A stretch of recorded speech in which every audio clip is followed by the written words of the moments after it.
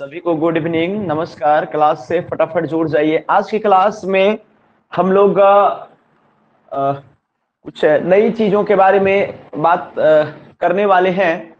Syllabus को आगे बढ़ाना जरूरी है और चीजों को धीरे धीरे उसको पूरा करना आवश्यक है। टेस्ट लेना जरूरी है, तमाम प्रकार की चीजें हैं। तो आज की क्लास में हम लोग जो हैं बात करने वाले हैं। अभी इसके पीछे आप प्रेमचंद के गोदान उपन्यास का आनंद ले रहे थे। प्रेमचंद का जो गोदान उपन्यास है वो भारत का नंबर 1 उपन्यास आप कह सकते हैं उसको। बहुत विस्तृत, ग्रामीण जीवन को बहुत ही व्यापकता के साथ एक एक समस्याओं को, एक एक चीजों को उन्होंने बड़ा जूम करके दिखाया है प्रेमचंद ने। तो उसको हम लोगों ने पढ़ा। इसके बाद आज की क्लास में हम लोग सिलेबस को आगे बढ़ाते हुए जो है फणीश्वर नाथ रेणु का मैला आंचल आज हम लोग शुरू करने जा रहे हैं। आज हम बेसिक बात बता दे रहे हैं।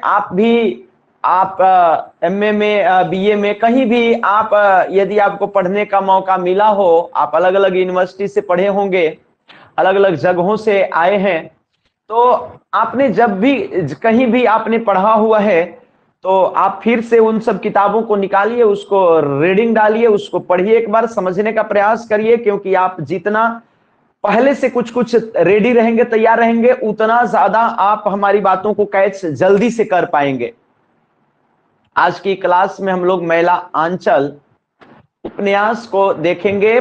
गोदान उपन्यास हम लोग देख लिए हैं। गोदान के बाद, गोदान प्रेमचंद का ही लिखा हुआ है। उपन्यास को ना 3 भागों में हम लोग बांटते हैं कालक्रम के हिसाब से।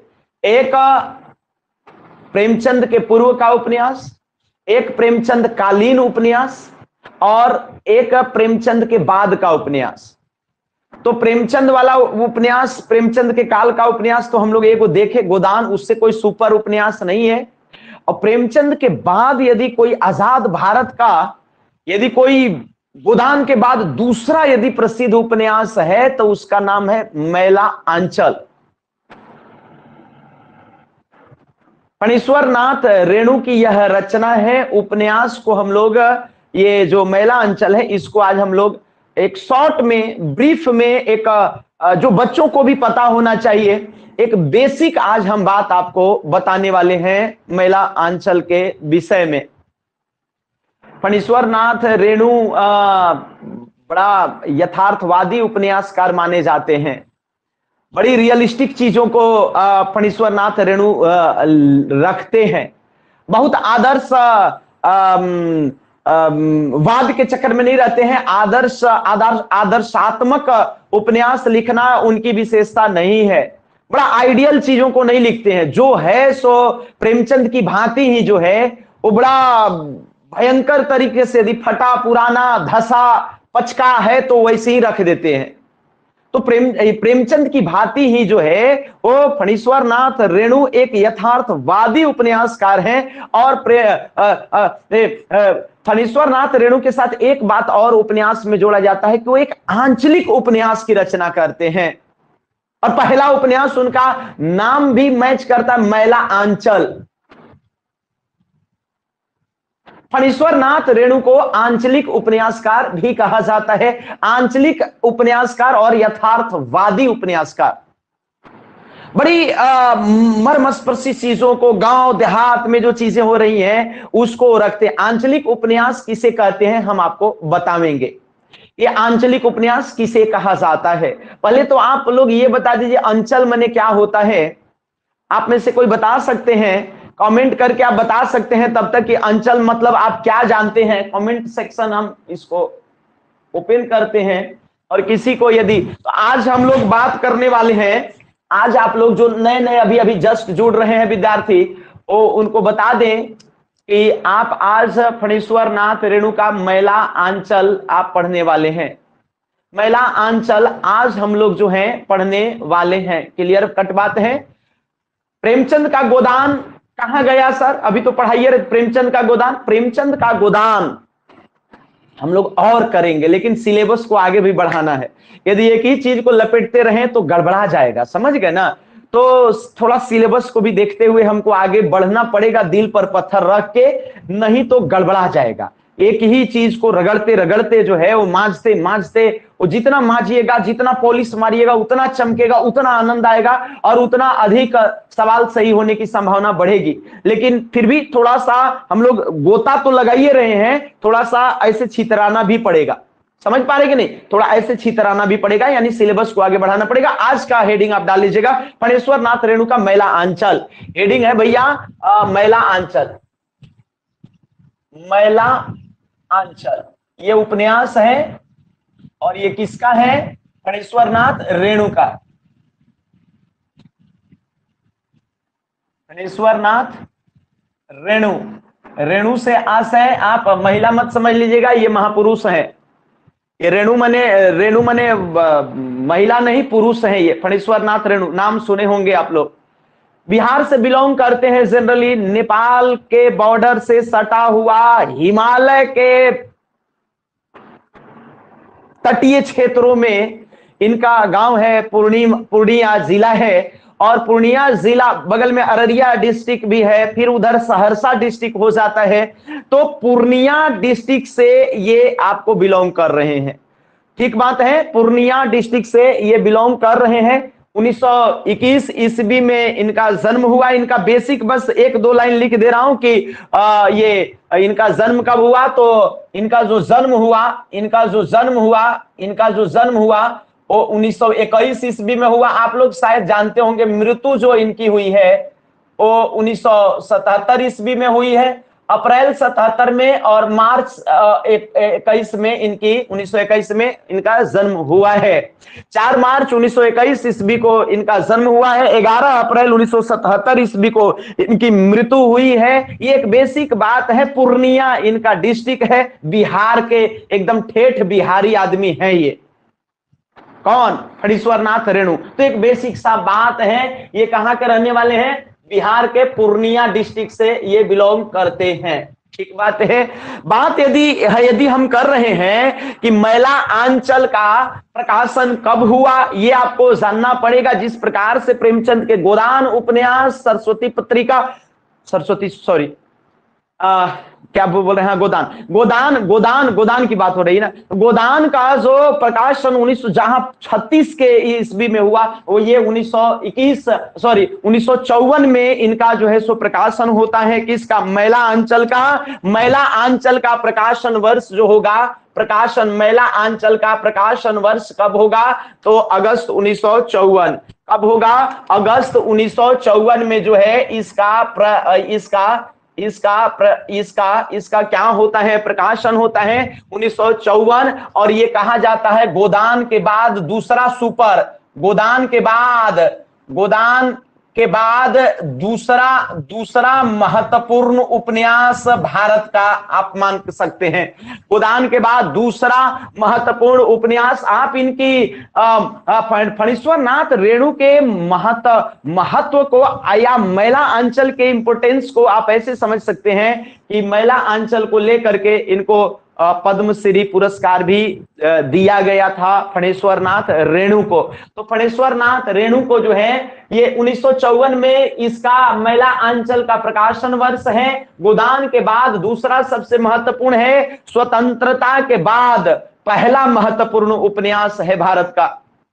स्वतंत्रता के बाद पहला महत्वपूर्ण उपन्यास है भारत का मैला आंचल। इसको जानना जरूरी है, यहां से सवाल तो आएगा ही आएगा आपके सिलेबस में। महत्वपूर्ण ये एक मैं लाइन लिखता हूं और इसको आपको सुनने में भी आनंद आएगा। देखिएगा कि ये इसकी भूमिका जो है फणेश्वर नाथ रेणु जो है, रेणु की भूमिका सुनिएगा मैला आंचल में। इन्होंने क्या लिखा है? ये लिखते हैं कि ये तो लिखते हैं कि यह जो उपन्यास है यह एक आंचलिक उपन्यास है। उन्होंने खुद इस बात की घोषणा की है कि मैला आंचल एक आंचलिक उपन्यास है। ये आपको ध्यान रखना चाहिए। मैला आंचल एक आंचलिक उपन्यास है। तो आप सोचते होंगे कि आंचल नाम है इसलिए आंचलिक उपन्यास होगा। नहीं नहीं नहीं, आंचल नाम है तो आंचलिक उपन्यास नहीं। आंचल का मतलब होता है, एक तो आंचल का मतलब होता है जो मां का आंचल होता है, और उसी से जिस क्षेत्र में, जिस जिस तहसील में जो हम लोग जिस रहते हैं उसे आंचल कहा जाता है। समझ रहे हैं? जिस इलाके में रहते हैं मोटा मोटी उसको अंचल कहा जाता है, और उस इलाके के परंपरा, रीति रिवाज और भाषाई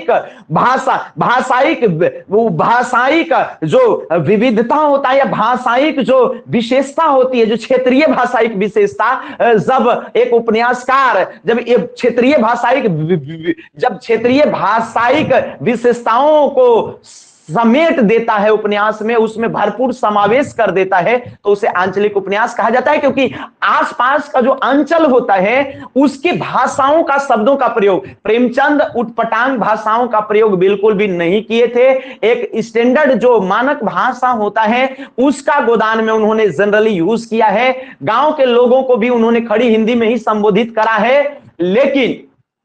लेकिन मैला अंचल में फणीश्वर नाथ रेणु जो बात करते हुए दिखाया है, जो लोगों का नाम रखा है, ऐसे तो प्रेमचंद भी गोबर सोबर रकबे किए हैं, लेकिन इसमें अधिकता ज्यादा है। मैला अंचल में ग्रामीण परिवेश को बड़ी बेहतरीन तरीके से न सिर्फ दिखाया गया है बल्कि उसी प्रकार के वाक्यों और शब्दों का भी यूज करके भरसक प्रयास किया गया है, फीलिंग डाला गया है कि भाई एकदम गांव में ऐसे होता है, एकदम गांव में ऐसा होता है। साला वाला का भी यूज वो किए हैं। जो गांव देहात में जो शब्दों का यूज होता है वो सब यूज जो है फणीश्वर नाथ रेणु करके ये सिद्ध किए हैं कि यह आंचलिक उपन्यास है। उन्होंने खुद घोषणा किया है भूमिका में ही कि यह एक आंचलिक उपन्यास है। फणीश्वर नाथ रेणु ने ही कहा है। हम लोग यानी विद्वान लोग जो हैं वो नहीं इसका डिकोड किए हैं कि ये इस टाइप का उपन्यास है, ये इस टाइप का उपन्यास है, वो ऐसे नहीं किए। फणीश्वर नाथ रेणु ने खुद ही इसकी घोषणा करा है कि यह एक आंचलिक उपन्यास है। यह 1954 में यह प्रकाशित हुआ है, अगस्त 1954 में यह प्रकाशित हुआ है। और फणीश्वर नाथ रेणु की भूमिका क्या है? वो आंचलिक उपन्यास तो कहते ही है, इसके अलावा ये कहते हैं कि इसमें देखिए, मैं एक लाइन बहुत सुंदर लिखता हूं, आपको अच्छा लगेगा और इसको याद रखिएगा।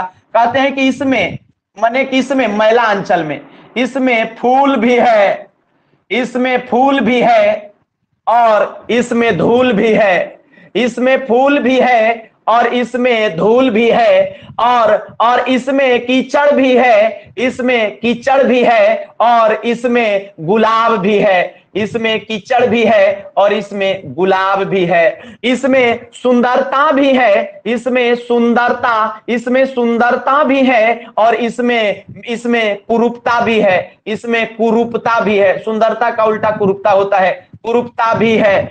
पर मैं किसी भी तरीके से इससे बच नहीं पाया। इसमें धूल भी है और इसमें फूल भी है, इसमें गुलाब भी है और इसमें कीचड़ भी है, इसमें सुंदरता भी है और इसमें कुरूपता भी है, पर मैं किसी भी तरीके से इससे बच नहीं पाया। इसका मतलब आप समझ रहे हैं? कह रहे हैं कि इसमें सब रंग है। गांव के चीजों में सभी चीजें हैं, सभी बागीचा में जिस प्रकार से भांति प्रकार के उपवन में भांति प्रकार के फूल रहते हैं, उसी प्रकार से अलग चीजें हैं। और इसमें सबसे बड़ी बात की अच्छाई भी है, बुराई भी है। मतलब गुलाब भी है और कीचड़ भी है, इसमें सुंदरता भी है, कुरूपता भी है, धूल भी है, फूल भी है, तो सब कुछ है ऑलरेडी। लेकिन हम किसी को छोड़ नहीं पाए, सबका वर्णन हमको करना पड़ा। इसीलिए यथार्थवादी है, इसीलिए ये यथार्थवादी है, क्योंकि धूल और फूल, गुलाब और कीचड़, सबका वर्णन इन्होंने विधिवत करा है। समझ पा रहे हैं कि नहीं समझ पा रहे हैं? इन्होंने एक साथ, ये इनका भूमिका है। इससे आप समझ सकते हैं कि फणीश्वर नाथ रेणु का मैला आंचल किस प्रकार का उपन्यास है, आंचलिक उपन्यास है। उन्होंने गांव के एक एक चीजों का विधिवत वर्णन कर दिया, प्रेमचंद से 2 कदम आगे जा करके। प्रेमचंद से बड़ा उपन्यासकार कोई नहीं है, उपन्यास के सम्राट कहे जाते हैं प्रेमचंद। बावजूद मैला आंचल की विशेषता गोदान से किस प्रकार में अलग है? क्योंकि इसमें ग्रामीण परिवेश में जो बोला चाली है उसका इन्होंने विधिवत वर्णन किया है। बात समझिए आप, एक एक लोगों का नाम भी जो रखा है वो अंट बंट वैसे जो गांव में रखा जाता है वैसे ही इन्होंने अपने पात्रों का नामाकरण किया है हुआ है, जिससे आपको पूरी फीलिंग आ जाएगा कि एकदम गांव में हम चले गए हैं। तो प्रेमचंद से 2 कदम आगे बढ़ करके इन्होंने गांव का वर्णन किया हुआ है। एक चीज और प्रेमचंद और इनके उपन्यास में अंतर बताया जाता है कि प्रेमचंद का जो गोदान उपन्यास है वो शहर के मुख्यालय के आसपास के क्षेत्रों का वर्णन था। अवध के क्षेत्र में, लखनऊ के आसपास के जो गांव थे उसका वर्णन करा था प्रेमचंद ने। लेकिन मैला अंचल जो है विशुद्ध रूप से गांव है। फणीश्वर नाथ रेणु खुद कहते हैं कि जिस गांव की मैं बात कर रहा हूं वह गांव 20 किलोमीटर दूर है किसी रेलवे स्टेशन से। आपको रेलवे स्टेशन जाना है तो बैलगाड़ी आदि से जो है वो आपको कई किलोमीटर जाने के बाद आपको रेल पकड़ने के लिए जाना पड़ता था। इतना ज्यादा पिछड़ा हुआ क्षेत्र, इतना ज्यादा सुदूरवर्ती ग्रामीण क्षेत्र जहां पर भूत प्रेत डायन ओझा अंधविश्वास का बोलबाला है, लोग अशिक्षित हैं। वो कहते हैं कि 25 गिने चुने लोग ही पढ़े हुए हैं, जिसमें 10 पुराने वाले 15 अभी पढ़ना लिखना सीख रहे हैं। फणीश्वर नाथ रेणु कह रहे हैं कि कुल मिला के 25 आदमी खाली इस क्षेत्र में पढ़ा हुआ है। मेरीगंज गांव है, बिहार के पूर्णिया के क्षेत्र के ही मेरीगंज गांव का उन्होंने वर्णन करा है। और आंचलिक उपन्यास इसलिए भी कहा जाता है फणीश्वर नाथ रेणु के उपन्यास को क्योंकि उन्होंने किसी पात्र को विशेष दर्जा नहीं दिया है, पात्र को हाईलाइट नहीं होने दिया। सभी पात्रों को सेकेंडरी, पात्रों को गौण रखा, उन्होंने पात्रों को द्वयम दर्जा दिया। उनका जो मुख्य जो टारगेट है, उनका जो मुख्य जो बिंदु है, उनका जो मुख्य जो कह सकते हैं कि जिसको उन्होंने हाईलाइट कराया, जिसको उन्होंने आधार बनाया, जो मैला अंचल का मुख्य आधार है वो अंचल ही है, क्षेत्र ही है, वही उनका पात्र आप कह सकते हैं। किसी व्यक्ति को उन्होंने हाईलाइट नहीं होने दिया। नहीं समझ पा रहे हैं बात के? तो इस प्रकार का मैला आंचल जो है एक प्रकार का आंचलिक उपन्यास माना जाता है, क्योंकि कोई भी पात्र यहां पर हाईलाइट नहीं है। यहां पर कोई होरी नहीं है, कोई धनिया नहीं है, कोई मिस मालती नहीं है, कोई प्रोफेसर मेहता नहीं है। यहां पर कोई हाईलाइटेड पात्र नहीं है। यद्यपि डॉक्टर साहब थोड़े से हाईलाइटेड इसमें दिखाई देंगे, मैं बात करूंगा, लेकिन फिर भी जो है फिर भी बहुत ज्यादा हाईलाइट किसी को होने ही नहीं दिए। क्षेत्र को ही जो है वो हाईलाइट रखे हैं, पूरे क्षेत्र की बात वो किए हैं, इस पूरे अंचल की बात किए हैं, इसलिए आंचलिक उपन्यास। बात समझ रहे कि नहीं समझ रहे? तो कई हिसाब से इनके उपन्यास को आंचलिक उपन्यास कहा जाता है। तो रेणु की भूमिका थी कि इसमें फूल भी है, इसमें धूल भी है, इसमें गुलाब भी है, इसमें कीचड़ भी है, इसमें फूल भी है, इसमें धूल भी है, इसमें गुलाब भी है, इसमें कीचड़ भी है, इसमें सुंदरता भी है, इसमें कुरूपता भी है, पर मैं किसी भी से अपना दामन बचा करके निकल न सका, उसी में लपेटा गया, अब हमको सब लिखना पड़ गया। नहीं समझ पा रहे बात के? इसलिए आंचलिक उपन्यास है। गांव के बहुरंगी चित्र को उन्होंने, इंद्रधनुषी चित्र को उन्होंने परोसा है इस आंचलिक उपन्यास में। ठीक है, ये लाइन को मैं लिख ही दे रहा हूं। पर मैं किसी से दामन बचा नहीं पाया। ये इनका जो है, ये आप समझने का प्रयास करिए। ये कह रहे हैं कि बहुत प्रकार की विविधता है, या यहाँ बहुत प्रकार की विविधता है, और हम किसी से भी जो है वो बचे नहीं है, मतलब हमने सबका वर्णन किया है। ये शुरू में ही दावा कर रहे हैं। इस उपन्यास को उन्होंने खुद दावा किया भूमिका में ही कि यह एक आंचलिक उपन्यास है। इस लाइन को भी लिख देता हूं। फणेश्वर नाथ रेणु ने कहा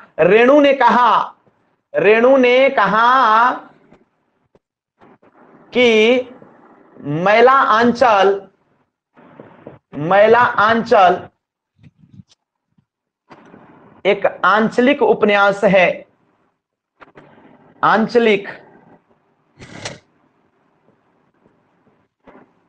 आंचलिक उपन्यास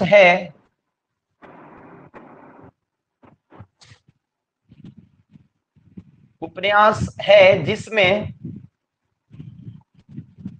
आंचल प्रमुख है, कोई व्यक्ति प्रमुख नहीं है, कोई भी व्यक्ति को उन्होंने प्रमुख नहीं। इसमें पात्रों की संख्या बहुत अधिक है, लगभग 250 के आसपास पात्र आए हुए हैं। पात्र थोड़े मोड़े नहीं है, बहुत हैं, लेकिन किसी को इन्होंने हाईलाइट नहीं करा है। महिला अंचल का यदि बच्चा वाला जो विशेषता, यदि आप बात जानिएगा महिला अंचल के बारे में, एक इंट्रोडक्शन, एक बेसिक बात, तो महिला अंचल के बारे में ये जानना पड़ेगा कि 1954 में ये प्रकाशित हुआ है। बिहार के पूर्णिया जिले के मेरीगंज, हम लोग गांव की बात करेंगे, नेपाल के बॉर्डर से टच करा, मेरीगंज गांव की बात होगी। मेरीगंज गांव का नाम मेरीगंज इसलिए पड़ा था क्योंकि एगो डॉक्टर साहब थे, उनकी वाइफ का नाम था मैरी। वो मैरी को लाए थे गांव में, और उस समय जो है वो विभिन्न प्रकार का बुखार बहुत ज्यादा बढ़ा हुआ था, और मैरी को भी बुखार आता है, और 1 सप्ताह के अंदर मैरी मर जाती है। तो मैरी को लोगों ने अपभ्रंशित करके मेरी बना दिया, और मेरीगंज, जैसे डाल्टनगंज है वैसी मेरीगंज हो गया। तो मेरीगंज गांव का ही ये कहानी है। ये मेरीगंज में अलग अलग प्रकार के लोग हैं, 12 वर्ण के लोग रहते हैं, जिसमें 3 जातियां प्रमुख हैं, और तीनों जाति के हेड जो है उसके पास सैकड़ों बीघा जमीन है, किसी किसी के पास तो हजारों बीघा जमीन है, और गांव के 90% से अधिक जो किसान हैं वो बर्बाद हैं, खाए पिए बिना मर रहे हैं, दरिद्रता के शिकार हैं। बड़े बड़े जमींदारों के पास जो है वो विशाल अकुत संपदा है, धन संपदा है। एकाध 2 किसान जो चाटुकार हैं जमींदारों के, उनकी थोड़ी बहुत स्थिति ठीक है, एक्सेप्शन में उनको यदि छोड़ दिया जाए, अपवाद स्वरूप 1-2% किसानों को छोड़ दिया जाए, तो बाकी सभी किसानों की स्थिति लगभग जो है इतनी दयनीय है कि जो बेसिक आवश्यकता है जो दिनचर्या की, उसकी भी पूर्ति वो नहीं कर पा रहे हैं। ये मेरीगंज गांव की स्थिति है। मेरीगंज गांव में बार बार याद रखिएगा, हैजा, डायरिया, पीलिया, विभिन्न प्रकार की समस्याएं होती हैं, जिसमें लोग प्रायः मारे जाते हैं, मर रहे हैं। बात समझ रहे हैं कि नहीं समझ रहे हैं? प्रायः लोग मर रहे हैं। तो इस प्रकार से हम लोग बात कर रहे हैं। पात्रों की संख्या आपको याद रखने की आवश्यकता रहेगी। तो पात्रों की संख्या महिला अंचल में, इसमें पात्रों की, इसमें माने किसमें? गोदान में नहीं, महिला अंचल में। इसमें पात्रों की संख्या 250 प्लस है, 250 प्लस है। समझ पा रहे हैं कि नहीं बात? ठीक है। ये कहानी कौन से गांव की है? मेरीगंज गांव की है। तो ये कहानी की कौन सी गांव की है? मेरीगंज। ये कहानी है, यानी उपन्यास में जो कहानी है, मेरीगंज गांव की है। मेरीगंज गांव ही अंचल के रूप में आया है, और इसी का विधिवत उन्होंने वर्णन किया है। मेरीगंज के बारे में ही उन्होंने बात किया है। ठीक है, मेरीगंज के बारे में वो बात की है। चूंकि देखिए, कोई भी साहित्यकार जब साहित्य की गद्य पद किसी की भी रचना करता है, नाटक, उपन्यास, कहानी किसी की भी रचना करता है, तो जो उस समय की जो काल परिस्थितियां होती हैं उससे वो परे नहीं लिख सकेगा। जिस समय घटनाएं जो घट रही हैं, जो चीजें हो रही हैं, उसी घटना से प्रभावित होकर के वो कुछ न कुछ लिखता है। गोदान की रचना आप देख सकते हैं कि 1930, 35, 25 के दशक में जो हो रहा था, 1920-30 के दशक में, वही गोदान में प्रेमचंद ने लिखा था। ठीक है, उसी प्रकार से महिला अंचल में आपको दिखाई देगा कि गांधीवाद का प्रभाव दिखाई देगा। गांधी जी के आंदोलन से कुछ लोग प्रेरित होकर के गांधीवादी विचारधाराओं का अनुसरण करने लगेंगे। आपको कुछ लोग दिखाई देंगे कि जैसे यहाँ डॉक्टर प्रशांत हैं, तो डॉक्टर प्रशांत जो हैं वो भारत छोड़ो आंदोलन में भी, वो 1942 में भारत छोड़ो आंदोलन में भी वो शामिल रहते हैं। 1946 में डॉक्टर बन के विदेश जाने का अवसर प्राप्त होता है, लेकिन वो उस अवसर को गंवा देते हैं, वो नहीं जाते हैं और गांव में रहने का फैसला करते हैं। तो मेरीगंज गांव की ये कहानी है।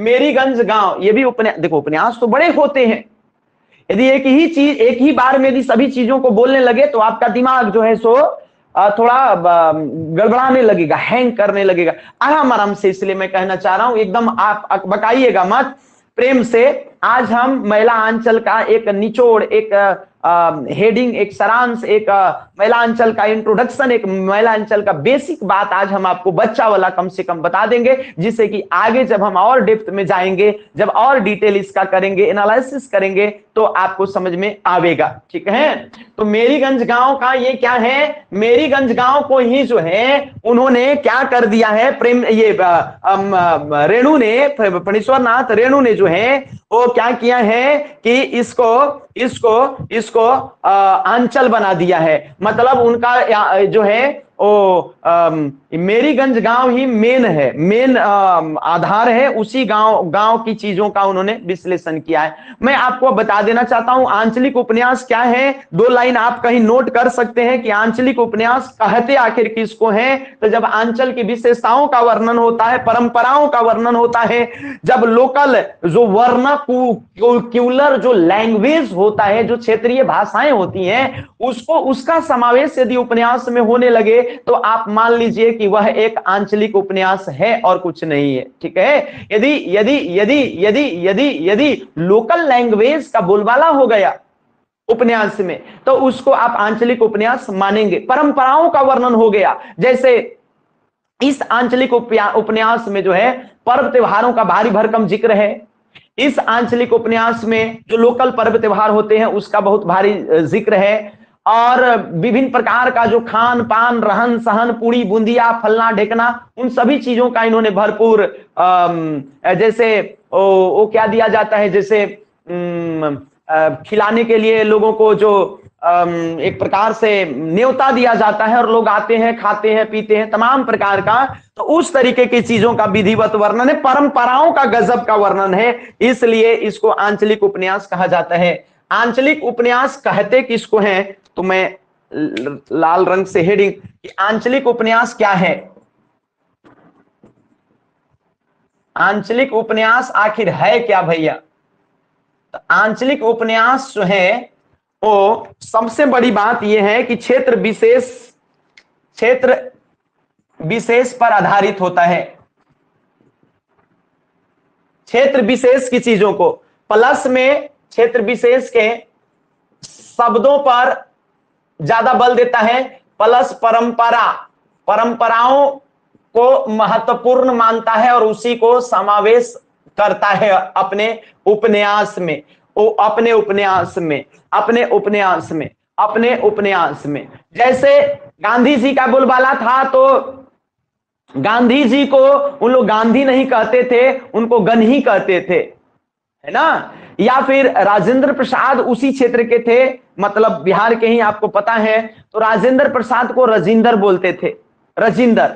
आप इधर भी सुनते होंगे, राजेंद्र को कोई राजेंद्र नहीं बोलता है, या तो राजेंद्र बोलता है, या तो ज्यादा गांव देहात वाले राजिंदर भी बोलते हैं, राजिंदर, उसमें हर्षिकार लगा देते हैं। आप हिंदी के विद्यार्थी हैं, आपको तो पता ही है कैसे अपभ्रंशित होता है भाषा का विकास, आपने देखा है इस प्रकार से, प्रकृत पाली, फलना ढेकना आपने। तो इस प्रकार से जो है, जैसे एग्जाम्पल के तौर पर आपको नाम जो देखने को मिलेगा इसमें, वो आप देखिएगा कि गांधी को गन्ही कह देते हैं, राजेंद्र को राजिंदर कह देंगे, राजिंदर। स्टेशन को टेशन कह सकते हैं, स्वराज को सुराज कहेंगे, सुराज का मांग किए हैं। पात्र भी कुछ उसी प्रकार से हैं। तो लोगों के नाम कुछ इस तरीके से, या क्षेत्र के, या कोई भी है तो ये अपने दिनचर्या में इस तरीके का, तो हू बहू जो यूज होता है गांव देहात में, वही शब्दों को उन्होंने, फणीश्वर नाथ रेणु ने अपने उपन्यास में हू बहू शब्दों को लिख दिया है। मतलब गांधी को उन्होंने गांधी कहा ही नहीं, उन्होंने गांधी को गन्ही ही कहा। अब आपको समझना पड़ेगा दिमाग लगा के गन्ही मने कहां होता है।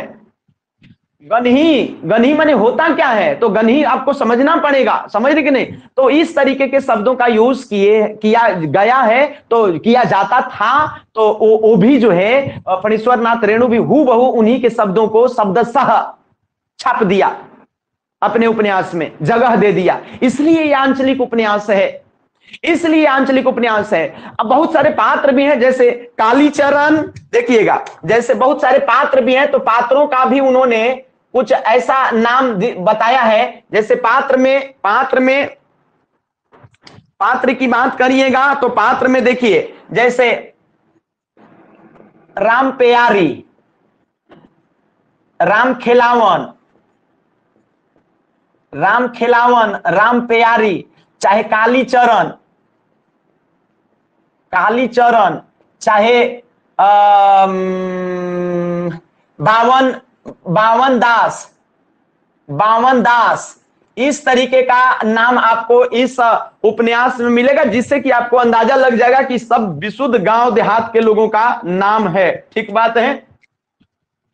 तो आप समझ पा रहे होंगे कि ये हो क्या रहा है और ये किस प्रकार का ये जो उपन्यास है, तो इसकी क्या क्या विशेषताएं हैं और ये कैसा उपन्यास है। आप एक बार इसको देख लीजिए विधिवत जो है, इस प्रकार से ये उपन्यास जो है वो क्या है कि चलता है। उपन्यास की ये सारी विशेषताएं हैं। आज हम लोग क्या बात कर रहे हैं, आज हम लोग महिला अंचल की बात कर रहे हैं, महिला अंचल की बात कर रहे हैं। महिला अंचल का आज विशेष बातों पर हम जिक्र कर दे रहे हैं, जिससे कि आपको एक मोटा मोटी अंदाजा लग जाए कि इस उपन्यास में है क्या और इसको आंचलिक उपन्यास क्यों कहते हैं, क्या छोटी मोटी बातें। ये बड़ा याद रखिएगा कि इसमें फूल भी है और इसमें धूल भी है, इसमें गुलाब भी है और इसमें कीचड़ भी है, और इसमें सुंदरता भी है और इसमें कुरूपता भी है। लेकिन मैं इससे बच न सका, अपना दामन जो है बचाने का भरसक प्रयास किया लेकिन नहीं बचा सका।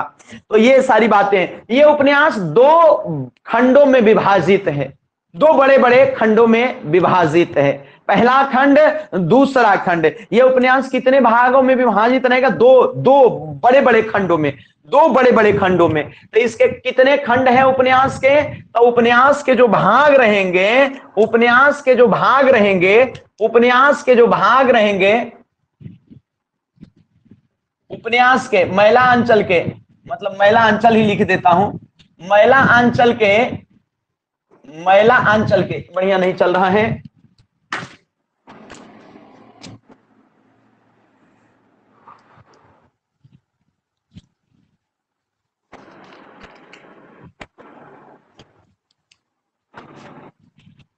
महिला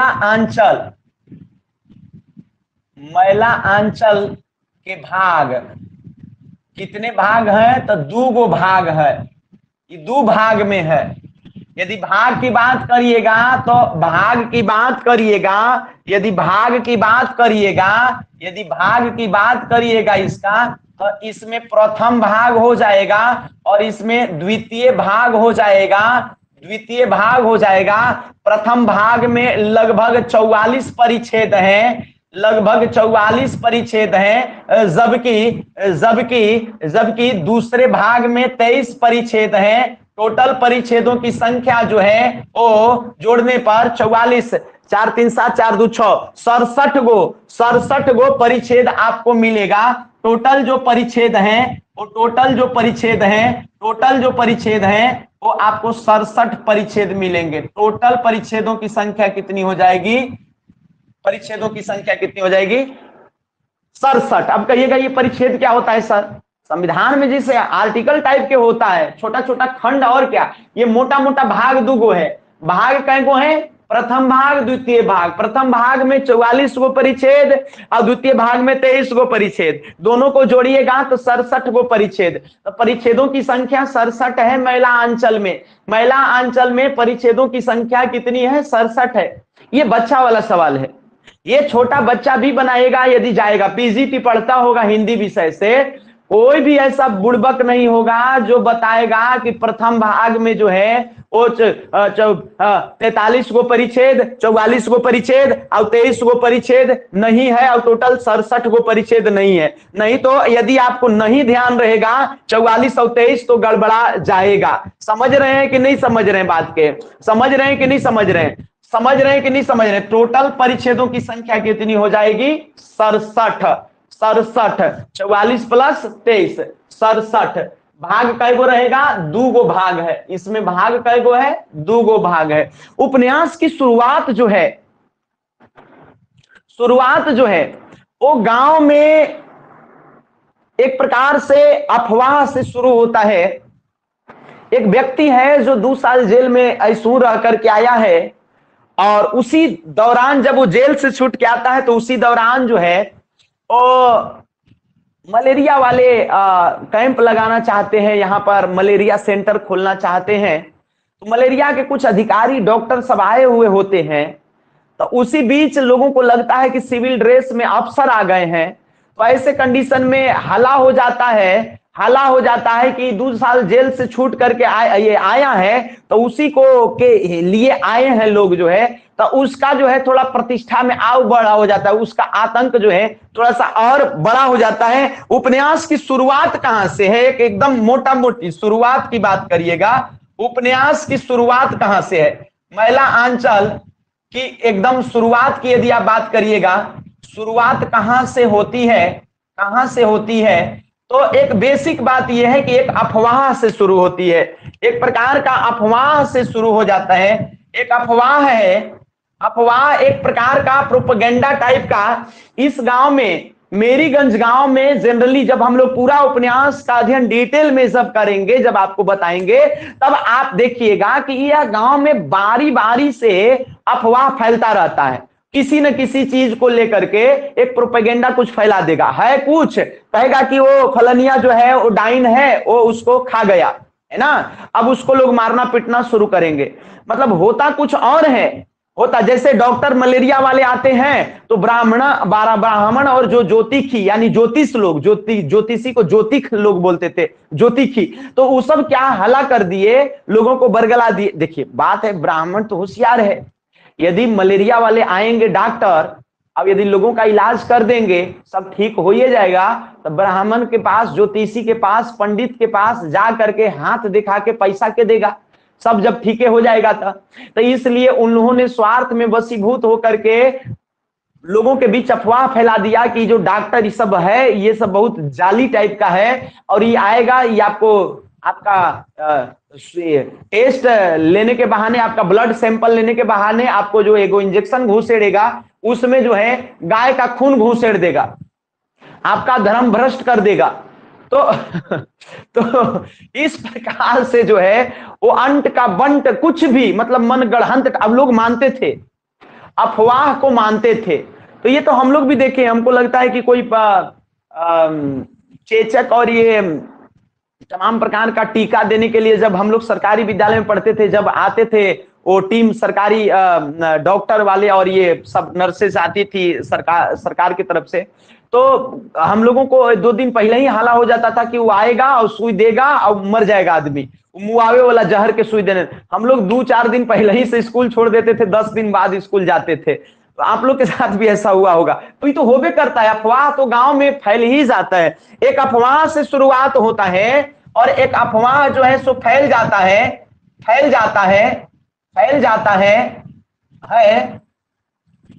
कि गांव में जो है, गांव में अफसर बलदेव को पकड़ने के लिए आ रहे हैं, बलदेव को पकड़ने के लिए आ रहे हैं, पकड़ने आए हैं, जबकि वो मलेरिया डिपार्टमेंट से थे और ये बलदेव 2 साल जो है वो सजा काट करके जो है वो आया था। तो लोगों को लगने लगा, किसी ने फैला दिया कि बलदेव वाला आया है सब, जबकि वो मलेरिया वाले आए थे। तो इस शुरुआत कुछ उपन्यास यहां से हो रहा है, यद्यपि शुरुआत हम लोग दूसरे तरीके से इसको और हम बात करेंगे।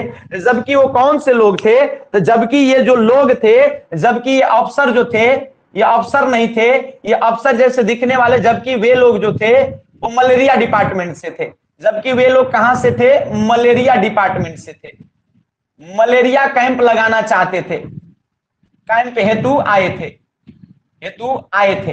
बात समझ पा रहे हैं कि नहीं समझ पा रहे हैं? एक डॉक्टर मार्टिन थे, डब्ल्यू.जी. मार्टिन, और डब्ल्यू.जी. मार्टिन जो थे वो इस क्षेत्र में 1942 मार्टिन साहब जो थे वो आपको थोड़ा सा पहले, जब ये कहानी चल रहा है तो इससे पहले मेरीगंज के क्षेत्र में उन्हीं के पत्नी के नाम पर, डॉक्टर मार्टिन के पत्नी के नाम पर ही इस गांव का नाम मेरीगंज पड़ा था। वो हुआ ये था कि वो डॉक्टर थे, वो आए अपनी पत्नी के साथ, डॉक्टर मार्टिन। तो मार्टिन जब इस गांव में आए थे, ये मेरीगंज, जो कि मेरीगंज का नाम पहले क्या था उसका नहीं ये है जिक्र, लेकिन वो मेरीगंज का नाम मेरीगंज पड़ा। क्यों? क्योंकि डॉक्टर मार्टिन जो थे जब उस गांव में, उस क्षेत्र में गए हैं तो मार्टिन की पत्नी बीमार हो गई। वो बीमारी का इलाज करने के लिए गए थे, उनकी पत्नी भी बीमार हो गई। मलेरिया और ये ज्वार और तमाम प्रकार के काला जर वगैरह से लोग इतने प्रभावित थे कि उनकी पत्नी को भी धर लिया, और उनकी पत्नी एक आध सप्ताह के अंदर ही जो है वो वही मर गई जो है सो। अब ऐसे कंडीशन में जो है वो उनको बहुत इस बात का दुख हुआ, और ये डॉक्टर मार्टिन जो है वो उन्होंने एक प्रकार से कसम खाया कि हमको जो है वो मलेरिया का एक ऐसा वो लगाना है, एक बुखार जो आता है गांव में और जो लोग मर रहे हैं उनकी हमको सेवा करनी है। हमारी पत्नी मरी तो मरी, अब किसी को मरने नहीं देंगे। तो उसके लिए प्रयास करने लगे, लेकिन सरकार और तमाम उनको सपोर्ट कोई किया नहीं। जब सपोर्ट नहीं किया तो वो पगला गए। तो फिर अगल बगल में एक पागल खाना था, आपको नहीं पता होगा, ये रांची का कांके वाला जो है, कांके का पागल खाना बहुत पुराना पागल खाना है। तो कांके में वो भर्ती हो गए, और उसके बाद कुछ दिन बाद इतना पगला गया कि मर गए जो है सो। तो डॉक्टर मार्टिन जो है वो, उनकी पत्नी जो है वो आई थी मेरीगंज में, है ना, नाम था मैरी, मिस मैरी। तो मिस मैरी की मृत्यु हो गई, और मिस मैरी मार्टिन की पत्नी थी, और मिस मैरी की मृत्यु होने के बाद जो है मार्टिन पगला के कांके में चला गया। और कांके में इसलिए चला गया क्योंकि वो व्यवस्था बनाना चाहता था, मेडिकल फैसिलिटीज गांव के लोगों को देना चाहता था, नहीं दे पाया तो वो मर गया पगला करके। लगभग ये जो कहानी चल रहा है उसके 35 साल पहले की घटना है। ये जो कहानी चल रही है, ये कहानी कब का दौर है? 1954 में प्रकाशित हुआ। कहा जाता है कि आजादी से 2 साल पहले और 2 साल बाद का विधिवत ये कहानी है, उस समय का ये है। आजादी से 2 साल पहले का और आजादी से 2 साल बाद का कहानी है। 2 साल पहले में दीनहीन कैसी स्थिति थी, और आजादी के 2 साल बाद जब थोड़ी बहुत तरक्की हुई, और तरक्की में भी उन्होंने कहा है, फणीश्वर नाथ रेणु ने कहा कि बंबई, दिल्ली, कलकत्ता जैसे विशाल महानगरों में तरक्की तो हुआ जहां पर अंग्रेजों का अड्डा था, और बड़े बड़े नेता, फिर आजाद होने के बाद भी बड़े बड़े नेताओं को रहने का स्थान था, वहां पर तो तरक्की हुई। शिक्षा, स्वास्थ्य, सड़क आदि की मूलभूत जो व्यवस्थाएं थी वो बढ़ाई गई। लेकिन उसके बाद समान अनुपात में, माने उसी अनुपात में, घटते हुए अनुपात में, वहां के बाद थोड़े से छोटे शहरों के बाद फिर जिला के मुख्यालय में, और उसके बाद फिर तहसील के बड़े क्षेत्रों में, उसके बाद फिर पंचायत, गांव में गया है विकास। तो विकास गांव तक पहुंच ही नहीं पाया सच पूछिए तो। और गांव का काम था कि वो दुधारू गाय की तरह होते थे। गांव का मतलब सिर्फ यही था कि वो दम भर खेती करेंगे, दम भर मेहनत करेंगे। विशेष करके बिहार के आपको 3 कठिया प्रणाली, चंपारण 1917 में गांधी जी ने आंदोलन भी किया था। तो वही वह क्षेत्र है, नेपाल से सटा हुआ वही वह क्षेत्र है, पूर्णिया, अररिया, विभिन्न प्रकार का क्षेत्र। तो वहां पर नीलाहे रहते थे जो नील की खेती करवाते थे जबरन, और उगाही करते थे। तो वैसे में किसानों की स्थिति बद से बदतर होते चली गई थी, और किसान सिर्फ दुधारू गाय की तरह थे। वो दूह करके ले जाता था और मारता था 20 लाठी पीछे से, और कुछ नहीं था। गांव का उन्होंने ऐसा वर्णन करा, हम लोग बाद में करेंगे, हम ज्यादा डिटेल अभी नहीं करना चाहते, नहीं तो बात पूरा करने में हमको 11 रात बज जाएगा। ठीक है, हम चाहते हैं शॉर्टकट में एक आइडिया दे दिया जाए कि मैलांचल क्या है, नहीं तो कपार बथेगा आज रात में। समझ रहे कि नहीं समझ रहे? तो ये क्या है कि जबकि वे लोग जो है मलेरिया कैंप हेतु आए थे, समझ रहे कि नहीं समझ रहे? इसके बाद मार्टिन की बात थोड़ा सा कर लेते हैं। मार्टिन एक आदमी का नाम है, WG मार्टिन। मार्टिन जो था वो आपको मेरीगंज में, जबकि उस समय तो मेरीगंज नाम भी नहीं रखाया था, इसकी पत्नी के मरने के बाद रखाया। मेरीगंज में क्या मलेरिया का इलाज करने के लिए आया था, मलेरिया कैंप ये भी लगाया था, कैंप लगाया, ठीक है, या मलेरिया कैंप या सेंटर कह सकते हैं, लगाया। लेकिन वहां आया तो इसकी पत्नी क्या हो गई, मर गई। बट इसकी पत्नी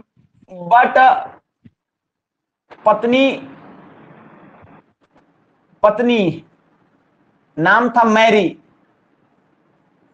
मर गई और ये क्या हो गया, और यह पगला गया, पगला के मर गया। देख भाई, शॉर्टकट में मैं बता रहा हूं, बहुत ज्यादा डिटेल मैं करूंगा तो गड़बड़ा जाएगा, नहीं तो आज हमको इसको शॉर्टकट में काम निकालना है, कुछ कुछ आपको एक जानकारी दे देनी है कि ये हुआ। इनकी पत्नी क्या हो गई, मर गई मैरी, मिस मैरी जो डॉक्टर मार्टिन की वाइफ थी वो हो गई, मर गई। और जिस बीमारी का इलाज करने के लिए वो आए थे वाइफ के साथ, उनकी वाइफें मर गई खुद जो है। अब वो बड़ी व्यापक स्तर पर ग्रामीण क्षेत्रों में सुधार करना चाहते थे, मेडिकल फैसिलिटीज, चिकित्सा सेवा मुहैया कराना चाहते थे, लेकिन उसके लिए वो असफल हुए, नहीं कर सके, तो पागल हो गए, कांके में भर्ती हो गए और इसके बाद वो मर गए। ठीक है, मार्टिन के मरने के 35 सालों बाद एक व्यक्ति फिर मलेरिया कैंप लगाना चाहा इस क्षेत्र में, जिसका नाम है डॉक्टर प्रशांत।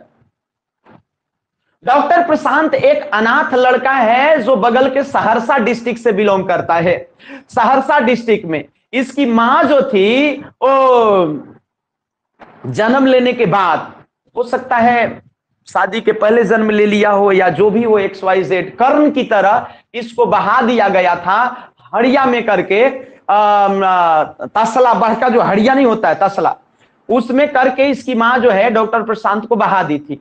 इसको सहरसा में ही जो है एक उपाध्याय परिवार के लोग थे जो एक आदर्श आश्रम चलाते थे, उसमें इसको महिलाओं ने इसका पालन पोषण करा डॉक्टर प्रशांत का।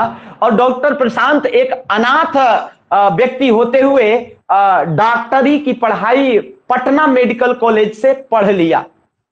अब पटना मेधावी था और इसके बाद इसको जो है 1942 में कुछ दिन के लिए यह जो है वो गांधी जी से प्रभावित होकर के आंदोलन में भी जुड़ा था। इसके बाद फिर 1946 ईस्वी में इसको विदेश जाने का मौका मिला, लेकिन ये विदेश नहीं गया। इसको मन हुआ कि हम जो है वो यहीं पर रहेंगे, इसी क्षेत्र में हम सेवा करेंगे, यानी विदेश जाने का डॉक्टर प्रशांत को अवसर मिला, बावजूद डॉक्टर प्रशांत विदेश नहीं गए। डॉक्टर प्रशांत को विदेश जाने का अवसर मिला, फिर भी डॉक्टर प्रशांत विदेश नहीं गए, डॉक्टर प्रशांत विदेश नहीं गए और वह जो है मेरीगंज को ही कैंप लगाने का उन्होंने निर्णय किया कि मेरीगंज में ही हम कैंप लगाएंगे। उनको कहानी पता था कि मार्टिन की वाइफ मर गई, मार्टिन पगला के वो मर गया, वो मलेरिया कैंप लगाना चाहता था 35 साल पहले, वो नहीं लगा पाया, हम लगाएंगे अब। तो डॉक्टर प्रशांत वहां पर कैंप लगा रहा है, डॉक्टर प्रशांत मलेरिया कैंप लगाएगा वहां पर। लेकिन जब मलेरिया कैंप लगाने की बात होगी तो वहां के ज्योतिषी होंगे, ज्योतिषी ब्राह्मण पंडित, वो उसको भगाने का प्रयास करेंगे, गांव वालों को कन्विंस करने का प्रयास करेंगे कि भाई गड़बड़ हो सकता है, ये गाय वाय का खून जो है डाल देगा देह में, इससे इलाज मत कराइएगा, इलाज हम करेंगे। बात समझ रहे हैं? ज्योतिषी पंडित ठग ये दावा करते हैं कि इलाज इससे मत करिएगा, इलाज मैं करूंगा। ये अंधविश्वास का इतना चरम था कि लोग डॉक्टर की बात नहीं मानते थे। आज तो मैं बताऊं, मूर्खता की चरम प्रकाशता है। मेरे क्षेत्र में आज भी जब किसी को मैं सुनता हूं, कभी कभी मैं बच्चों को स्कूल में पढ़ाने जाता हूं तो बच्चे बताते हैं कि सर जानते हैं मेरे गांव में, मेरे क्षेत्र में, मेरे यहाँ के बगल वाले को जो सांप काटा तो सबसे पहले वो मंदिर में, सांप वाले मंदिर में ले गए और वहां पर उनका झाड़ फूंक होता रहा और ठंडा पानी से उनको जो है नहवाया गया 200 घड़ा से। और उसके बाद उसी दौरान जब वो आंख वांख जो है सो ऊपर करने लगे तब उनको टांग टूंग के ले जाया गया सर, रास्ते में ही उन्होंने दम तोड़ दिया। ये मूर्खता की चरम प्रकाष्ठता नहीं है तो क्या है? सांप काटने का एक इलाज एंटीवेनम इंजेक्शन होता है जो सदर अस्पताल में सिर्फ मिलता है जनरली, या तुम्बेगाड़ा में मिलेगा। तो कुल मिला करके जो है तो ये आज भी हो रहा है 2022 में। हम क्या बात करें 1900 ये घटना जो है आजादी के 2 वर्ष पहले और आजादी के 2 वर्ष बाद की ये हो रही है। जनरली आजादी के 2 वर्ष पहले और आजादी के 2 वर्ष बाद का विशेष तौर पर इसका वर्णन हुआ है, यानी आजादी के आसपास का ये महिलांचल उपन्यास है। जबकि प्रेमचंद का गोदान 1930 के दशक का उपन्यास था, यानी लगभग दोनों के बीच में 20 साल से भी अधिक का अंतर था। समझ पा रहे कि नहीं? लगभग 20 साल का दोनों के काल में अंतर था। काल आपको पता होना चाहिए, क्षेत्र पता होना चाहिए। प्रेमचंद का जो क्षेत्र था, प्रेमचंद का वो क्षेत्र था शहरी क्षेत्र के बगल में, कुछ शहरी और शहर के बगल में। इनका जो क्षेत्र था फणीश्वर नाथ रेणु का, वो विशुद्ध रूप से गांव, प्योर गांव जिसको कहते हैं, ठेठ गांव, जंगली गांव, भूचेड़ गांव उसको बोलते हैं। भयंकर जो है सो देहात का ये वर्णन है। समझ रहे कि नहीं? तो 35 वर्ष बाद जो है मार्टिन जो सपना लेकर के चला था, 35 वर्ष बाद जो है डॉक्टर प्रशांत, जो वही डॉक्टर प्रशांत जिसकी मां जो है हड़िया में उसको बहा दी थी, है ना, हड़िया में बहा दी थी। और उस प्रशांत को उपाध्याय परिवार के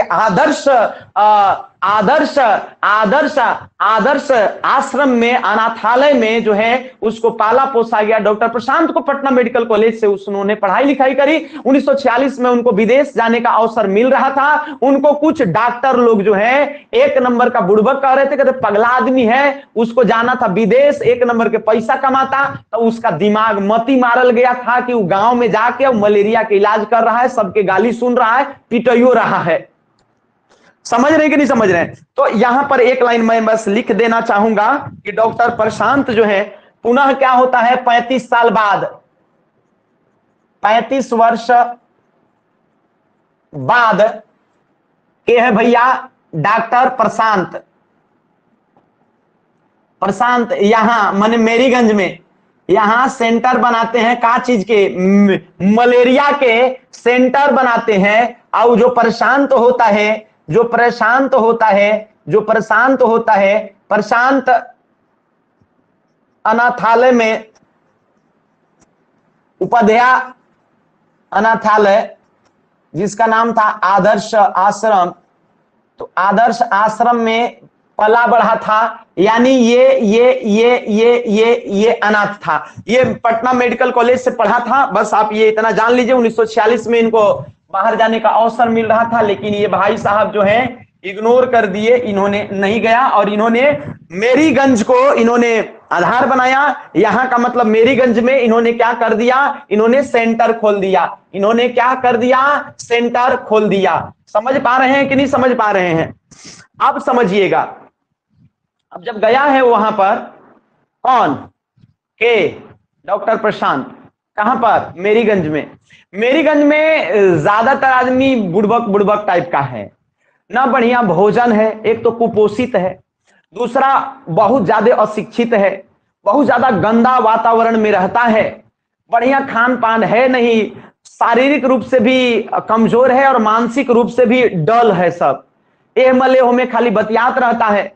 तो ऐसे कंडीशन में जो है सबसे पहला पेशेंट जो उसके पास आता है, वो आता नहीं है बल्कि आती है, उसका नाम रहता है कमली। और कमली जो होती है वो एक नंबर के पगलाई लड़की रहती है, उसका ब्याह नहीं हो रहा होता है, उसका दिमाग खराब रहता है।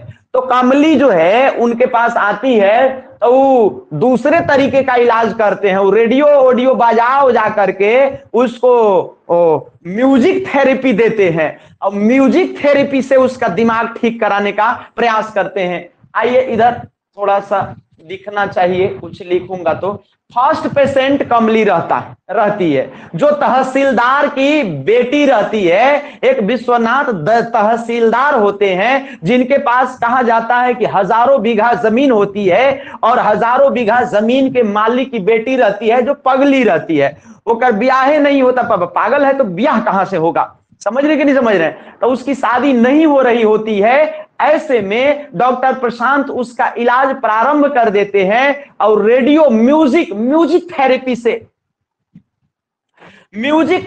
से इलाज प्रारंभ करते हैं। जब म्यूजिक जैसे उसके सामने बजाते हैं, वो पगली हंसने लगती है, धीरे धीरे इलाज से वो कुछ ठीक हो जाती है। इसके बाद जो है वो दूसरे कहानी हो जाता है।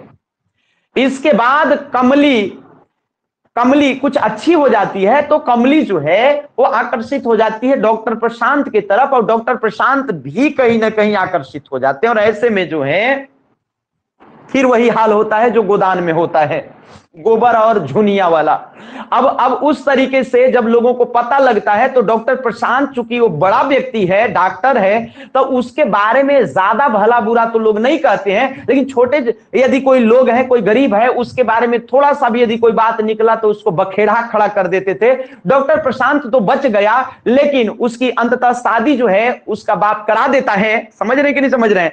उसका बाप, कमली का बाप जो है, डॉक्टर प्रशांत से अपनी बेटी कमली की शादी करा देता है, और गांव वालों को मुफ्त में 5-5 बीघा जमीन दे देता है, खुश होकर के। शुरू में तो थोड़ा अजीब लगता है, उसको गुस्सा जाता है, लेकिन बाद में खुश होकर के 5-5 बीघा जमीन बांट देता है। लह भैया, समझ रहे कि नहीं समझ रहे हैं? तो ये कहानी होता है। तो ये प्रशांत का कहानी कुछ दूसरे है। ये एक तो अनाथ रहता है, ये मलेरिया कैंप, मलेरिया इलाज और विभिन्न प्रकार का जॉन्डिस और तमाम प्रकार की बीमारियां उस समय, चूंकि गंदगी के कारण तमाम हैजा, डायरिया, जॉन्डिस और मलेरिया, इस तरीके की बीमारी चरम पर रहती है वहां पर, उसका इलाज कर रहा होता है। तो इस प्रकार से जो है सो ये हुआ। थोड़ा सा लिख दे रहा हूं, कमली वाला नहीं तो भुला जाइएगा। प्रशांत का फर्स्ट रोगी जो डॉक्टर प्रशांत थे, डॉक्टर प्रशांत, तो डॉक्टर प्रशांत का जो फर्स्ट रोगी है वो है, प्रशांत का फर्स्ट रोगी बराबर के है भैया, तो कमली है। क्या नाम है उसका? कमली। कमली का है, तो कमली जो है वो पगली है, एक अज्ञात बीमारी से जूझ रही है। उसको खुद पता नहीं, किसी को, डॉक्टरों को नहीं पता है, लेकिन थोड़ा पगलाई टाइप के है। अब ये जो कमली है, तो कमली है क्या? तो कमली जो है सो कुल मिला करके पागल है, उसका आईक्यू भी बढ़िया नहीं काम कर रहा है, ये पगली है।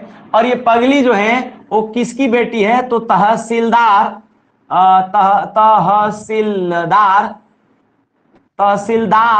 विश्वनाथ की बेटी है। तहसीलदार विश्वनाथ की बेटी है। ये कमली किसकी बेटी है? तहसीलदार विश्वनाथ की बेटी है। ठीक होने पर क्या होगा? थोड़ा ठीक हो जाएगी तो क्या हो जाएगा? ठीक होगा तो प्रशांत से विवाह हो जाएगा। ठीक होने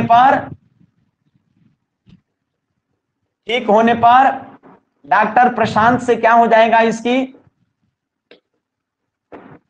प्रशांत से प्रेम प्रसंग बढ़ जाएगा, हो जाएगा, और शादी हो जाएगी। ठीक बात है। कमली को एक बेटा भी होएगा, कमली को क्या हो जाएगा? एक बेटा भी होगा। और ये सब की खुशी में जो है वो क्या करेगा कि ये जो विश्वनाथ है, जो विश्वनाथ यानी जो तहसीलदार विश्वनाथ है, ये क्या करेगा कि 5-5 बीघा जमीन किसानों को क्या कर देगा? बांट देगा। 5-5 बीघा जमीन किसानों को बांट देगा। तो कमली का क्या हो जाएगा? कमली के बेटा हो जाएगा। बेटा इसलिए हो गया क्योंकि शादी से पहले ही जो है प्रेगनेंसी पीरियड में थी। तो बेटा के जन्म की खुशी में जो है, जन्म पर 5-5 बीघा जो है बीघा जमीन के देगा। जमीन जो है गरीबों को कौन दे देता है? गरीबों को विश्वनाथ दे देगा। विश्वनाथ क्या कर देता है? बांट देता है, खुश होकर के। बात समझ रहे हैं कि नहीं समझ रहे हैं? बात समझ रहे हैं कि नहीं समझ रहे हैं? तो इस तरीके से जो है इस तरीके से जो है ये घटना घटती है, कमली वाला और डॉक्टर प्रशांत वाला। यह भी एक प्रमुख घटना है इस उपन्यास का, ठीक है। इसमें जो है डॉक्टर प्रशांत जो ऑब्जर्व कर रहे हैं इस क्षेत्र को, तो कहते हैं कि इस क्षेत्र की विशेषता यह है कि भले लोग अशिक्षित हैं, भले ही लोग आडंबर में और अंधविश्वास में डूबे हुए हैं, भले लोग बेवकूफ टाइप के आपको दिखेंगे, लेकिन जब आप इस क्षेत्र में आइएगा तो दिन भर में आपको 5 बार वो खुद बेवकूफ आपको बना देंगे, यानी ठग लेंगे। और वो ठगेंगे तो उनका नकारात्मक स्वरूप आपको समझ में आएगा, आपको उन पर गुस्सा आएगा, लेकिन अगले क्षण आपको उनकी सादगी और अच्छाई देख करके आप जो है हंस पड़िएगा। आप ठगाने के बाद भी आपको गुस्सा नहीं आएगा। ये गांव के लोगों को कहा जाता है कि सांसारिक बुद्धि में ये इतने आगे हैं कि इनको आप बेवकूफ नहीं बना पाइएगा।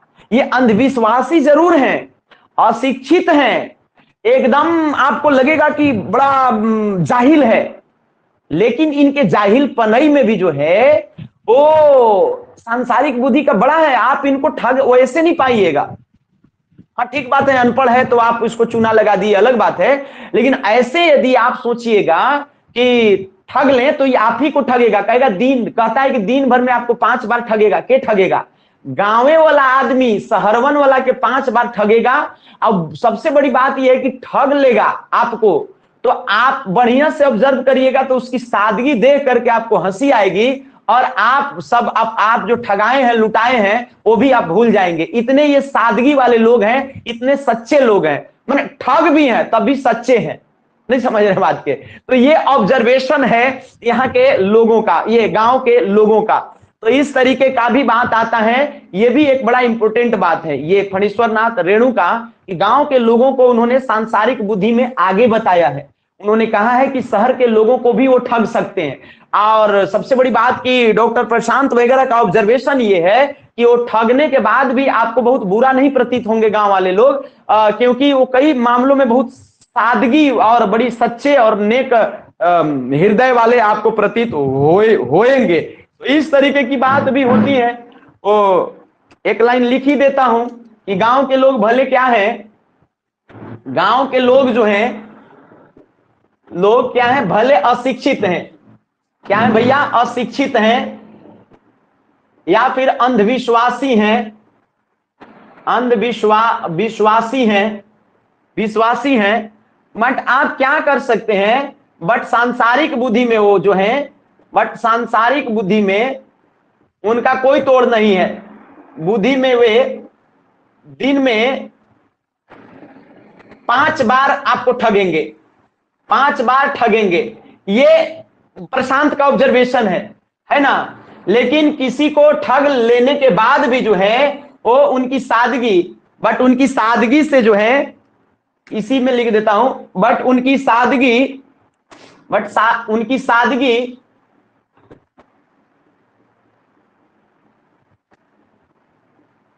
देख आपको क्रोध नहीं आएगा, क्रोध नहीं आएगा। बात समझ रहे हैं कि नहीं समझ रहे हैं? बात समझ रहे हैं कि नहीं समझ रहे हैं? मेरीगंज जो है वो एक बहुत ही पिछड़ा क्षेत्र है। वहां पर 12 लगभग वर्ण के लोग रहते हैं, 12 जाति कह सकते हैं। जाति व्यवस्था बहुत ही प्रबल है। जाति व्यवस्था को लोग एकदम पकड़े हुए हैं। कायस्थ यादव ब्राह्मण तीसरे नंबर पर आता है। तो ब्राह्मणों का थोड़ा सा, चूंकि संख्या मेरीगंज में कम है, तो ब्राह्मणों का उतना ज्यादा वैल्यू नहीं है, लेकिन बाकी अन्य जातियों का 12 जातियां हैं। यहां पर कितनी जातियां हैं? 12। मेरीगंज में वर्ण कितने बताया गया है रेणु के द्वारा जो है? तो मेरीगंज में जो है वो टोटल 12 वर्ण है। 12 वर्ण है, जिनकी सभी की अपनी अपनी जो है, अपनी अपनी टोली होती है, या टोला कह सकते हैं। अपना अपना टोला, अपना अपना क्या होता है? अपना अपना, ओहो, जिनका होता है अपना बराबर टोला। क्या रहेगा इनका? टोला। इनका क्या है? मेरीगंज में 12 वर्ण है, सबका अपना अपना टोला बटा हुआ है, सारे लोग अपने अपने टोली में ही रहते हैं, कोई किसी के। अच्छा, बाकी अंतरजातीय विवाह तो अब इनवैलिड ही है, आप जानते ही हैं। तमाम प्रकार के रीति रिवाज हैं सब। गांव में ये चीज है कि एक प्रकार से सामूहिक प्रोग्राम कुछ करना हो तो उसमें लोग आएंगे, लेकिन कुल मिलाकर के बाकी जाति के मामले में सबका अपना अपना गुट हो जाता है। ये कहते हैं कि पढ़े लिखे लोगों की संख्या बहुत कम है, कहते हैं कि कुल साक्षर लोग 25 है। ये भी आपको एक तथ्य टाइप से है जो बहुत पॉपुलर है, जो बच्चा को भी जानना चाहिए। कुल साक्षर लोग मेरीगंज में कितने हैं? कुल 25 लोग ही साक्षर हैं, जिसमें 10 गो नए, 10 गो पुराना और 15 गो अभी नया नया पढ़ाई पढ़ रहा है, 15 गो क्या है? नया है। 90% लगभग किसान जो हैं, 90% लगभग किसान जो हैं वो उनकी हालत बद से बदतर है। कितने प्रतिशत? 90%। तो 90% लगभग किसानों की जो स्थिति है, 90% किसान जो है, किसानों के पास भोजन भी नहीं है। समझ रहे कि नहीं? मैंने जो 2 वक्त की रोटी जो होती है वो उसमें उनको बहुत ही समस्या का सामना करना पड़ता है। इस क्षेत्र में सबसे ज्यादा कोई शोषण कर रहा है तो नीलाहे कर रहे हैं। अंचल में जो है, अंचल में नीलाहे, नीलाहे, नीलाहे के द्वारा जो है वो क्या हो रहा है? शोषण हो रहा है। विशेष करके संथाल जो जाति है, संथाल जो आप जानते होंगे, संथालों का भी जो है वो भरपूर शोषण किया जा रहा है। इनसे बहुत काम करवाया जा रहा है और इनको उसके बदले में जो है वो कुछ दिया नहीं जा रहा है। संथाल जो जनजाति है वो उस क्षेत्र में आया है, मेरीगंज में है, संथाल जनजाति का भी जिक्र आया है। तो संथाल जनजाति का भी जो है नीलाहों ने जो है, नीलाहे का मतलब कि नील की खेती करने वाले जो ठेकेदार हैं, बड़े बड़े ठेकेदार, वो क्या कर रहे हैं कि संथाल जनजाति का बड़ा भरपूर शोषण किए, दम भर काम कराए, प्राण ले लिए बेचारा उस सबका। समझ रहे कि नहीं समझ रहे? तो संथालों का बड़ा भयंकर शोषण हुआ है। किसका शोषण हुआ है? संथाल जाति का। संथालों का भी जो है वो क्या हुआ है? बहुत भारी शोषण हुआ है। ये बात आपको समझना पड़ेगा। मलेरिया सेंटर की जहां तक बात हो, मलेरिया सेंटर, मलेरिया सेंटर जब जब लगाया गया, मलेरिया सेंटर का जो ये ब्राह्मण जाति है विशेष करके, कौन सबसे ज्यादा विरोध करता था? तब ब्राह्मण विरोध में थे, भयंकर विरोध करते थे, क्योंकि उनका जो है वो क्या हो जाएगा? सब प्रोग्रामे खत्म हो जाएगा, क्योंकि उन लोग खुद इलाज करते थे हाथ होत दे करके पोथी पत्रा के द्वारा। उनका सब जो है वो जो एक मायावी दुनिया बनाए हुए थे, वो लोग जागरूक हो जाते कि मलेरिया जो है मच्छर के काटने से होता है और इसमें मादा इन्फ्लुएंजा वो जो मच्छर होती है वो उससे होता है। तो ऐसे कंडीशन में जो है वो इन सब का बोरिया बिस्तारा बंद हो जाता। डायन प्रथा भयंकर था, डायन प्रथा भी जो है वो भयंकर था। एगो एगो एगो हीरू था, हीरू का होरी नहीं, हीरू का एक बेटा था। वो जो था बेटा को कहा जाता था कि गणेश की जो नानी थी, गणेश की नानी खा गई थी, नानी खा गई थी, ऐसा कहा जाता है। समझ रहे हैं कि नहीं समझ रहे हैं? गणेश की नानी खा गई थी ऐसा कहा जाता है। एक हीरू का बेटा था जिसको बताया जाता है कि उसको गणेश की नानी खा गई थी, उसका उन लोगों ने हालत खराब कर दिया था गणेश की नानी को, क्योंकि लोगों का मानना था कि खा गई वही जो है। इसी प्रकार के डायन प्रथा के और भी कई प्रकार के एग्जाम्पल दिए जाते हैं। कुल मिलाकर के ये जो कहानी है, एक ये जो ना ये उपन्यास है, तो ये जो आप देख रहे हैं ओवरऑल कुछ इसी तरीके का मेरीगंज का स्टोरी है। मेरीगंज में मुख्य जो घटना हुआ था, जितना हम आज बता सके वो हम आज आपको बताए हैं। अब जो है कुछ तो आपको बुझाया होगा, चूंकि उपन्यास ये बहुत बड़ा है, है ना। तो इस तरीके से इस उपन्यास का जो बेसिक आज जो हम कुछ कुछ बताए हैं उसको आप लोग नोट जरूर कर लीजिएगा, और इसका हम स्क्रीनशॉट भी भेज ही देते हैं। आप इसको याद करते चलिएगा, और आगे हम लोग महिला अंचल को जो है वो विधिवत जो है और भी इसको हम लोग करेंगे, और जल्दी जल्दी सिलेबस भी कंप्लीट करने का प्रयास किया जाएगा। ठीक बात है, आपको विधिवत इतना बढ़िया से करा देंगे कि कहीं आपको कुछ करने का जरूरत नहीं पड़ेगा। लेकिन जितना पढ़ा रहे हैं उतना आप याद रखिए, जितना हम पढ़ा रहे हैं उतना याद करते चलिए। टेस्ट दीजिए, आधे लोग टेस्ट देते हैं। पिछला बार तो खैर टेस्ट हम कायदे से हम ही नहीं ले सके वो टेक्निकल इशू के कारण, लेकिन जब सब सही रहता है बावजूद यदि आप टेस्ट नहीं, जो मान लो कि किसी के मोबाइल में नहीं खुलता है वो हम मानते हैं, लेकिन फिर भी आप क्वेश्चन जुगाड़ कर लीजिए, अपने से आप कॉपी में बना लीजिए, आप अपना खुद का मूल्यांकन कर लीजिए कि हमारा कितना नंबर आया। ठीक बात है। लेकिन ओवरऑल ये है कि टेस्ट वगैरह दिया करिए, टेस्ट वगैरह नहीं दीजिएगा, अभी से नहीं पढ़ते चलिएगा, रटते नहीं चलिएगा, याद नहीं करते चलिएगा कौन का था कैसे क्या था, तो कैसे अचानक से हो जाएगा बताइए ना। धीरे धीरे आहिस्ता आहिस्ता हम लोग सिलेबस को लेकर के चल रहे हैं। हम इसको स्क्रीनशॉट इसका भेज दे रहे हैं। महिला अंचल तनी मनी तो बुझाया होगा, है ना, 100% में 5% बुझाया होगा ना, कि नहीं बुझाया। अब हम लोग नेक्स्ट क्लास में देखते हैं कितना क्लास चलेगा, 5 क्लास 10 क्लास कितना क्लास चलेगा। महिला अंचल को विधिवत इतना अच्छे से पढ़ लेंगे कि हम लोगों को कहीं से एक भी प्रश्न न छूटने पाए। ठीक है, आज की क्लास को हम लोग अब यहीं पर रखते हैं, ठीक है ना, समाप्त किया जाए। रिकॉर्डिंग भी हो ही गया था, स्क्रीनशॉट भेज देते हैं, समाप्त किया जाए ना। हाँ बोलिएगा कि नहीं बोलिएगा, समाप्त किया जाए।